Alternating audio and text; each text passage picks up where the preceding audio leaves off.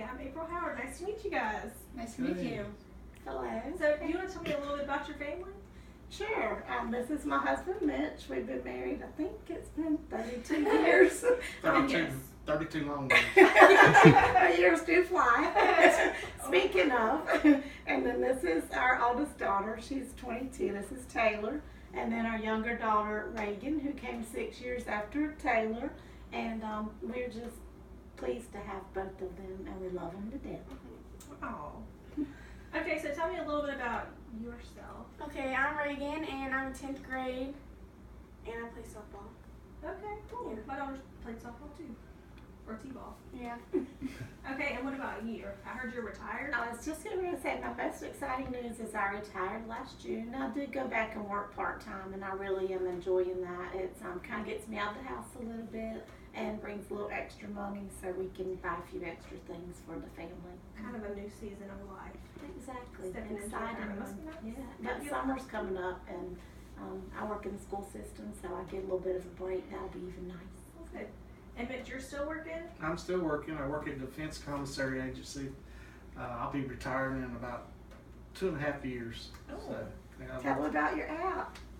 I have a countdown on my app that counts down the days and the minutes and the seconds for me. Nice. I might need that one day.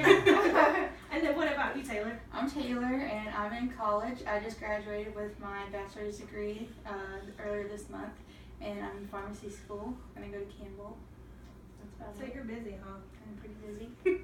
So for you, things must be a little bit different with Big Sister gone. Yeah. You get all the attention now? No.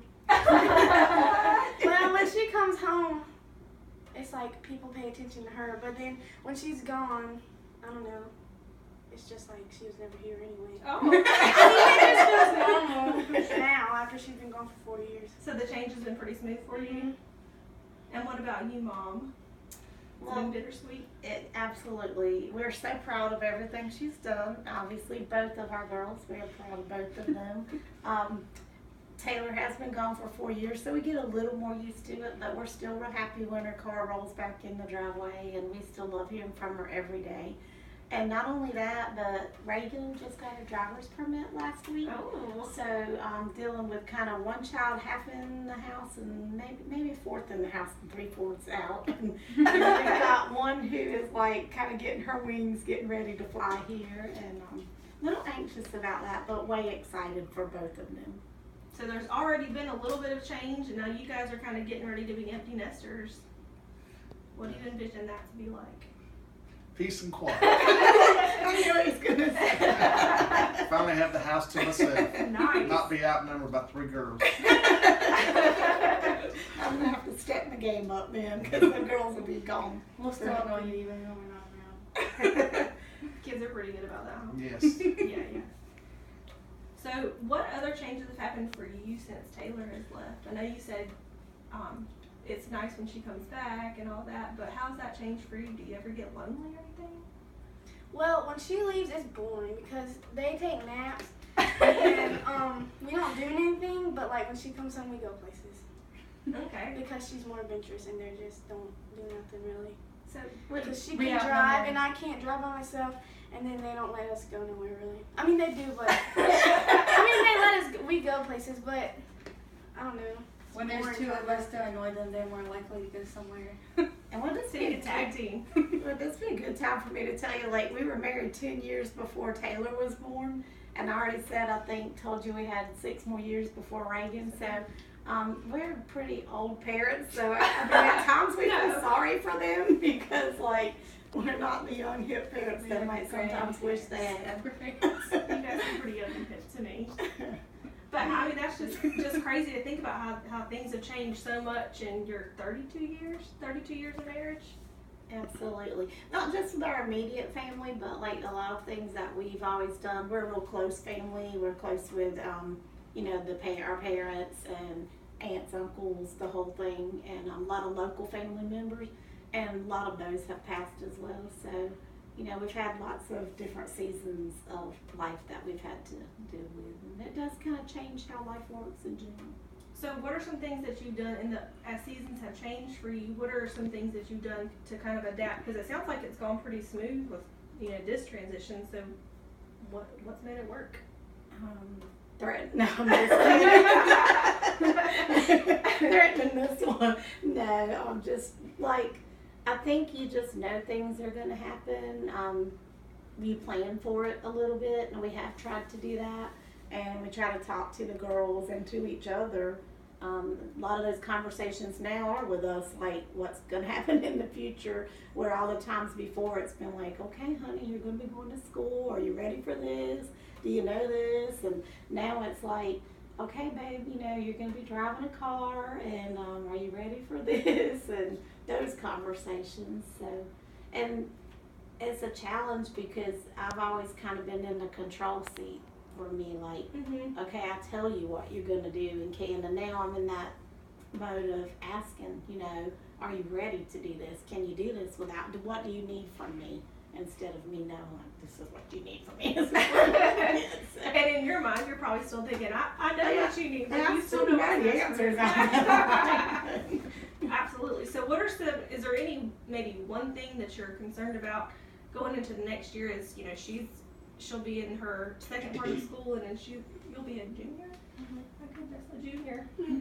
So she almost, like you said, has one foot out the door. Right. What do you think will be the biggest challenge? I think my biggest fear right now is that a year from now, Reagan will be driving a car by herself, and will be able to go places without me being like pretty much right with her. And because we are close, she plays travel softball, and I attend most of her tournaments with her. Just maybe drop her off at a movie with a friend, but most times I'm pretty close to her. And I know whenever she gets in the car with some of her friends who are actually going to be driving in the next few weeks, starting, I think this week, our best friend gets her license, or 2 weeks. Like 2 weeks. Right. And I know that Kayla's going to pull up in her yard and pick Reagan up, and I'm probably going to be clenching on them like, oh my gosh. Or on her trying to hold her. Yeah, after I let go of her, I'm holding the shift race. I mean, I think that's my biggest fear. Like, I went through that with Taylor, and I tried to prepare for it. No, it wasn't easy. But, like, this is my baby that's going to be doing that. So, I So totally much people, she's about to cry. I get that having two girls, because I know, you know, with my oldest one, things were hard, but it was still exciting because it was the first time. But then with the second one, that's your baby, and it's hard to let them go. And you know what's coming. So I know what's going to be like when she's gone. Yeah. So. Well, I think probably the next time we meet will probably be about 2 weeks from now. So I'd love to talk about how that goes. You know, maybe if somebody does come to pick her up, like how, you know, how you feel when that actually happens, and how you feel watching your baby sister go too. Nah, she's still a little baby sister. Right. Where was I? I was gone to help with a camp or something last week, whenever she did get her driver's permit. And then I came home and she's like, let's go, I'm going to drive. And then I got in the car and it didn't feel right when she was driving. Yeah, because she's looking at baby. Yeah, it felt weird. She's still in middle elementary school with me. No, she's not anymore. That really is a challenge. That's a good point, Taylor, because I want to freeze them at the mindset that I have them at, and I have to realize, like, Taylor's like, even when I sent her away from college for college, she was 18. Now she's 22. That's a huge difference. She can do a lot of things and has done some independent things since then. And like I want to hold Reagan at that middle school age or something. It's like years just kind of fly by, and like, no, we're not heading there, we're here. The days are long and the years are short. Exactly. That's how it goes. That is so true. So Mitch will have to take me on a lot of trips or There something. you go. Date nights. Yeah. We'll leave town. Well, I think the next time we meet, we'll kind of touch on how that goes and letting go of the I'll be baby. here. No pressure. And make sure you behave so we can give So Miss April some good things to talk about. And then before we go, just so you guys know, whatever we talk about here is completely confidential unless anything becomes, if you feel suicidal, if it gets too much to handle, or if you feel express homicidal feelings, or if there's any type of abuse. Those things would have to be reported. But I don't think I'm gonna have to worry about that with you guys. But I'm just anything, thinking, I wouldn't kill you if you were mad. I'd just be really mad at you. not an user, no. But anything other than that stays right here where we are. Okay.